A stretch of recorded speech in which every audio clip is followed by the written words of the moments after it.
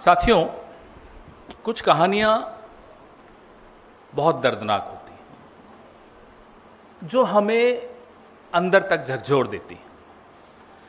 पीछे स्लाइड्स जो चल रही हैं वो भी देखते रहिएगा, और सोचने पर हम सब मजबूर भी हो जाते हैं, क्योंकि जो हमारे समाज के उन अंधेरे कोनों में रोशनी पड़ती है जहां बच्चों का, मासूमों का शोषण हो रहा। ये जो कल आप सबने सुना, केरला में 26 साल का एक इंजीनियर आनंदू अजी, ये उसकी कहानी है। और ये एक कहानी नहीं है, एक त्रासदी है। It's not a story, it's a tragedy. And there are some tragedies which shake you up, which should ideally shake the entire society up.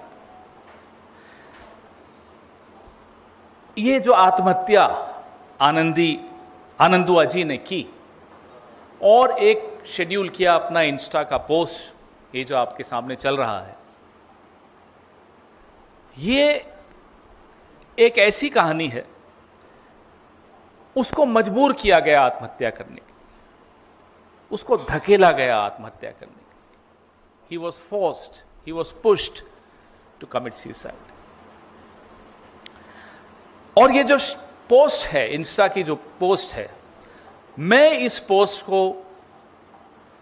Anandu अजी की आखिरी चीख मानता हूं, और इस चीख को सुनना और समाज को सुनाना मुझे लगता है मेरा और आपका, हम सबका फर्ज है, कर्तव्य है।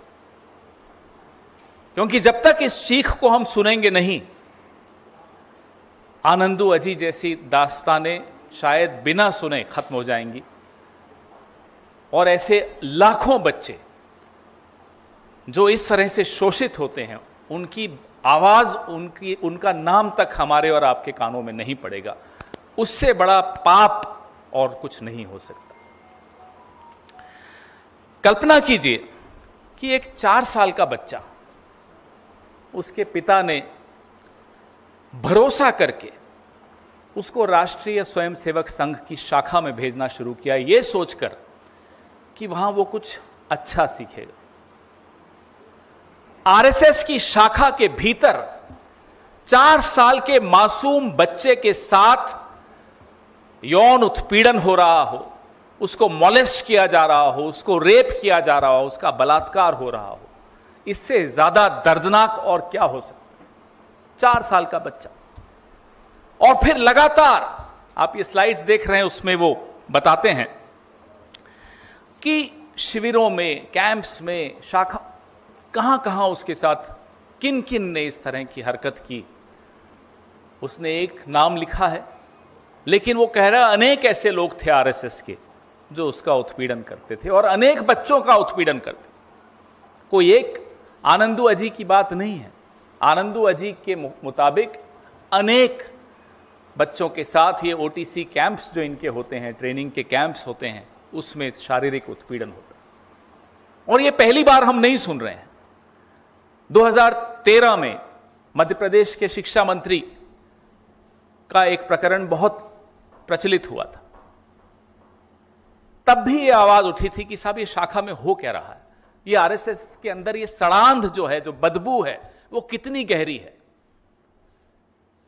आप समाज को सुधारने का स्वयंभू ठेकेदार बनते हैं। आप अपने आप को पंजीकृत नहीं कराते हैं। आपके पास मेंबरशिप की रजिस्टर नहीं होती।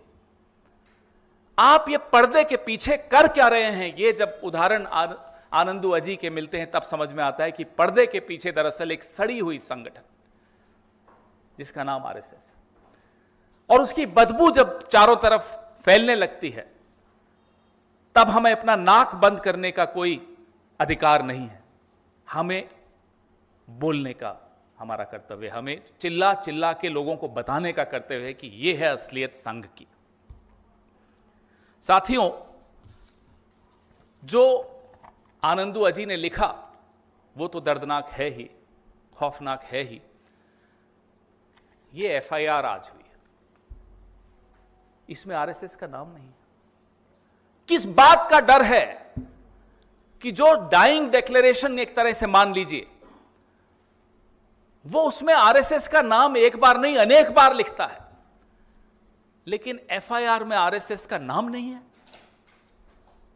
ये क्या आतंक है, क्या मजबूरी है कि आपको आरएसएस का नाम लिखने में डर लग रहा है? ये कैसा संगठन है साहब?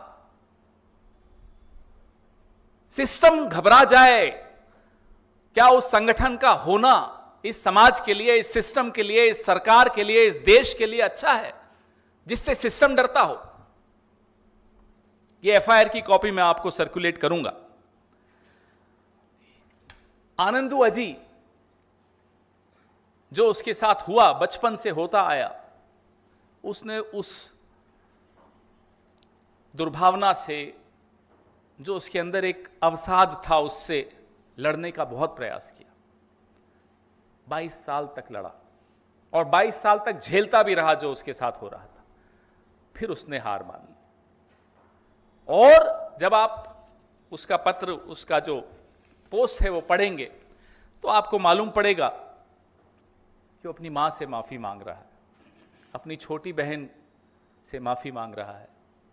वो कह रहा है मेरे जीवन के सबसे अच्छे अगर कोई अनुभव हैं या सबसे अच्छे रिश्ते अगर वो हैं तो मेरी मां और मेरी छोटी बहन से हैं। आपके आंखों में आंसू आ जाएंगे जब वो उसकी पोस्ट का वो हिस्सा आप पढ़ेंगे। कैसे भेड़ की खाल में छुपे हुए भेड़िए ये संगठन चला रहे हैं। 100 साल मना रहे हो, डाक टिकट जारी हो रहा है, सिक्का जारी हो रहा है, हो क्या रहा है अंदर? हम अब तक ये सोचते थे। मैं एक छोटे शहर से आता हूं, जहां बचपन में हम सुबह खेलने जाते थे तो दादी कहती थी कि उस मोहल्ले के पार्क में मत जाना। क्यों नहीं जाना? बोले वहां शाखा लगती है। तो क्या होगा शाखा लगती है? तो मैं बच्चा था, पूछते थे, बहस करते थे। बोले नहीं, बच्चों को खराब कर देते हैं। ये बात मुझे कल तक नहीं समझ में आई थी, माफ कीजिएगा। मैं सोचता था कि वो जहर दिमाग में डाल देते हैं, मानसिकता खराब करते होंगे। कल जब मैंने ये पढ़ा तो समझ में आया कि बच्चों को खराब कर देते हैं क्यों बोला जाता था। माफ कीजिएगा, ये अपने आप को संस्कारी बताते हैं, ये अपने आप को राष्ट्रवादी बताते हैं, ये हमारे धर्म के ठेकेदार बन के घूम रहे हैं, और अंदर ये हो रहा है। सबसे बड़ा उपकार अगर हम आनंदू अजी जैसे लाखों बच्चों के साथ अगर कुछ कर पाएंगे तो वो ये कर पाएंगे कि इन्हें एक्सपोज करिए। इस संगठन को एक्सपोज करना बहुत जरूरी है। That's the least we can do to Anandu Aji and lakhs of people like Anandu Aji. ये पर्दा हटाना जरूरी है। इस पर्दे के पीछे क्या हो रहा है वो देखना जरूरी है, वो जानना जरूरी है, वो लोगों को बताना जरूरी है। आनंदू की मौत पर इस तरह के पर्दे नहीं चाहिए। यह आनंदू की मौत पर एक पर्दा है, जहां आरएसएस का आप नाम नहीं लिख रहे। यह पर्दा डालने का षड्यंत्र शुरू हो चुका है। इसकी ऐसी जांच होनी चाहिए और ऐसी सजा मिलनी चाहिए कि जो समाज के लिए एक उदाहरण बने।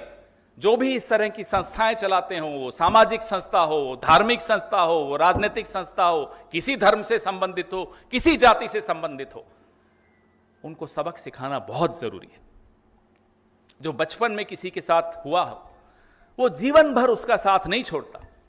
उसके मानस पटल पे उसका जो प्रभाव पड़ता है वो आपने देखा आनंदू अजी के साथ जो हुआ। हम आप सबसे गुजारिश करते हैं, निवेदन करते हैं, ना केवल आपसे, तमाम सामाजिक संगठनों से, राजनीतिक दलों से, समाज से बाहर आइए, पर्दा हटाइए इस तरह के संगठनों पर। अपने बच्चों को बचाइए, अपने आने वाली पीढ़ियों को बचाइए। समाज में जहर तो फैल ही रहा है, उससे भी बड़ा जो हो रहा है, लोगों के मन में अवसाद डाला जा रहा है, लोगों का बलात्कार बच्चों का हो रहा है। और हैरानी की बात, 24 घंटे हो गए, कोई टिप्पणी कहीं से नहीं आएगी। छोटी छोटी राजनीतिक बातों में सब व्यस्त हैं।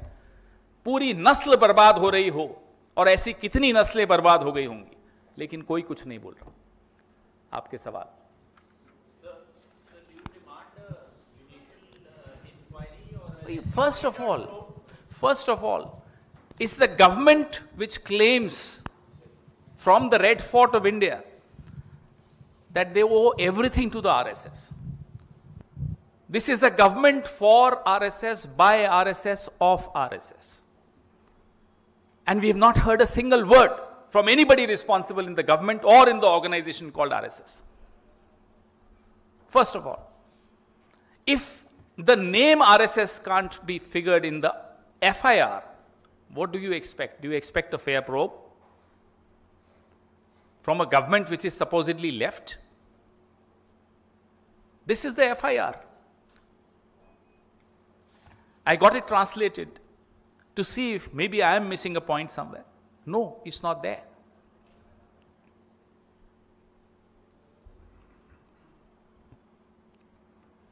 Ji.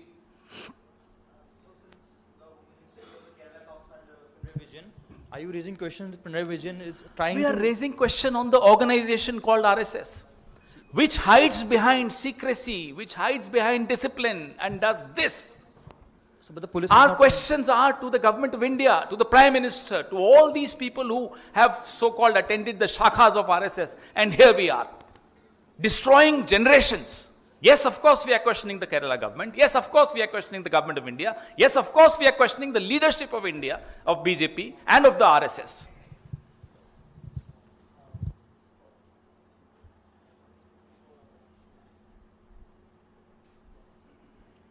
Any other question on this?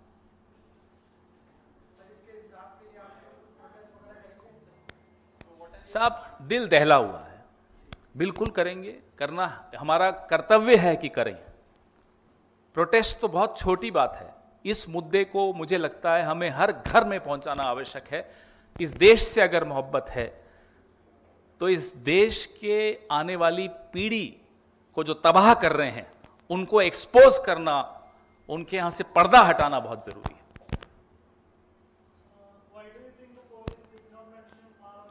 I don't know. As I said, if the system is afraid of an unregistered organization, damn with the system. The system needs to hang its head in shame if they are afraid of an unregistered organization. An organization which is openly doing this to our children.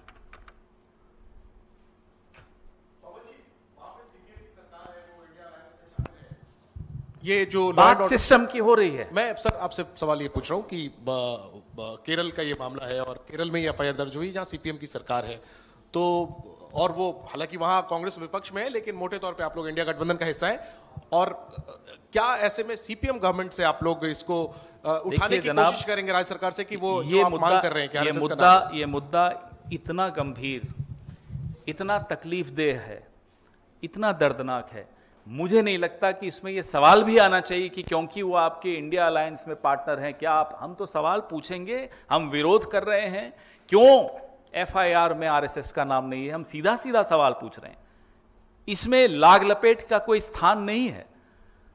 आने वाली नस्लें ना हमें माफ करेंगी ना आपको माफ करेंगी अगर आज इस पर आवाज नहीं उठाई तो।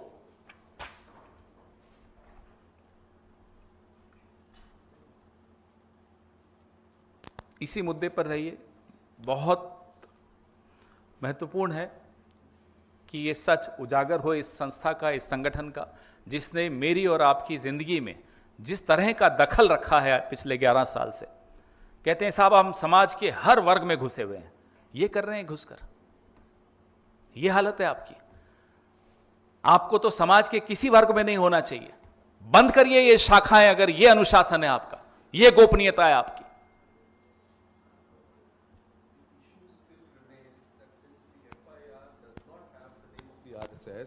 And it is the Kerala government of the CPIM, of the left. It's the left government in power. So, are you raising questions on the 100% yes. I must have raised questions in Hindi. I am now raising it in English also.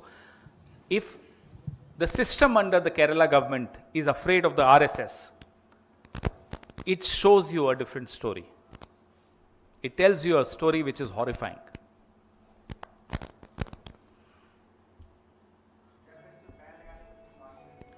अरे साहब, पहले नाम तो लिखने की हिम्मत नहीं है एफआईआर में, आप कहां पहुंच गए? इस संस्थान के ऊपर कई तरह देखिए, के आरोप लगते जो डाइंग डिक्लेरेशन आपके सामने है, इसको डाइंग डिक्लेरेशन से कम नहीं है।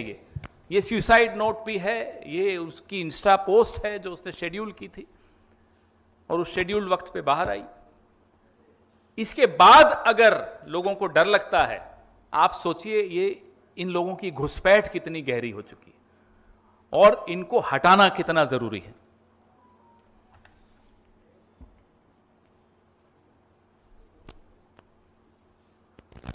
कोई सवाल और इस पर, इसी पर? First of all, let the Prime Minister of India, who claims that he was a pracharak of this very organization called the RSS, why isn't he opening his mouth? He released a coin marking the 100 years of RSS just last week on the 1st of October. He released a stamp ticket. Why is he quiet? Why is the cabinet quiet? Most of them belong to the RSS. Why is Mohan Bhagwat quiet? He has an opinion on everything. He has an opinion on what the housewives should do, what a woman in India should do. She should stay indoors. All his comments we keep reading.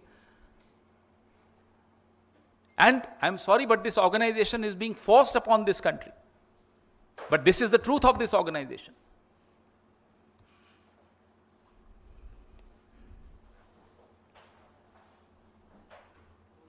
Any question on this? Only on this, sorry. ये बहुत serious है, बहुत तकलीफदेह है, इसी पे चर्चा करनी चाहिए। क्योंकि एक बच्चे की जान गई है, तब जाकर ये एक्सपोज से सामने आया है। हम और आप तो नहीं कर पाए, सब कुछ सामने आ रहा है आपके।